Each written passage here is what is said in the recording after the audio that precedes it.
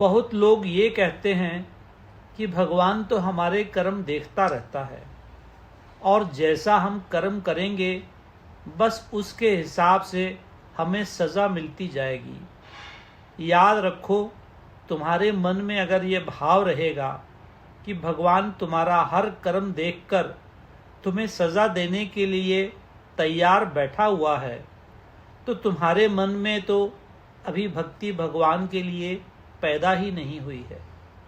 तुमने तो उसको मैजिस्ट्रेट बना के रखा हुआ है कि ये गलती किया तो पहले तो उसने सज़ा दे देनी है। अब मैजिस्ट्रेट के लिए किसको प्रेम होता है, आप मेरे को बताइए। मैजिस्ट्रेट के लिए किसको प्रेम होगा? अरे वो तो जो नियम है, जो हमने गलती की है, वो पकड़कर दफ़ा लगाकर आगे कर देगा। तो प्रेम आपके मन में कैसे उत्पन्न होगा?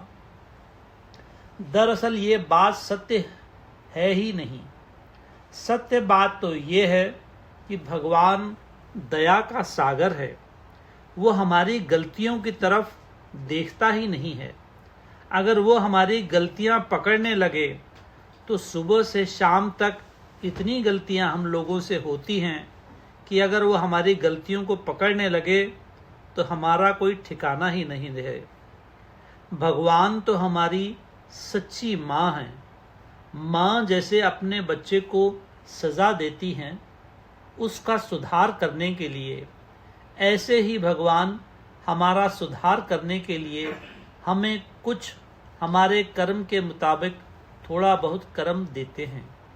ये भाव रहेगा तो आपके मन में भगवान के लिए प्रेम भी पैदा होगा, भक्ति भी पैदा होगी, सब कुछ होगा। और जो ये भाव रहेगा कि हमसे जो गलतियां हुई हैं भगवान ने हमें पकड़कर रगड़ देना है, कि वहीं पर हमारे मन में क्या प्रेम पैदा होगा, किस तरह प्रेम पैदा होगा? अगर ऐसी बात है तो फिर दया तो ईश्वरीय गुण नहीं है। लेकिन हम देखते हैं जैसे किसी ने जिस जगह, जिस वक्त, जिस समय जब कोई उनको प्रेम से पुकारता है वो उसकी वही मदद करते हैं, दया करते हैं। दया नहीं हो तो कैसे पहुँचे? हर एक जीव को पहुँचता है जो सच्चे मन से उसके पास पुकार करता है। तो ये भाव शुद्ध मन से, सच्चे मन से निकाल देना चाहिए कि भगवान हमारे कर्म ही देखता है और जैसा हम करते हैं फौरन ऊपर नोट होता है और सज़ा होती है। ये सब झूठ बात है। जब तक ये भाव रहेगा तुम्हारे मन में कभी सच्ची भक्ति, कभी सच्चा प्रेम पैदा नहीं होगा।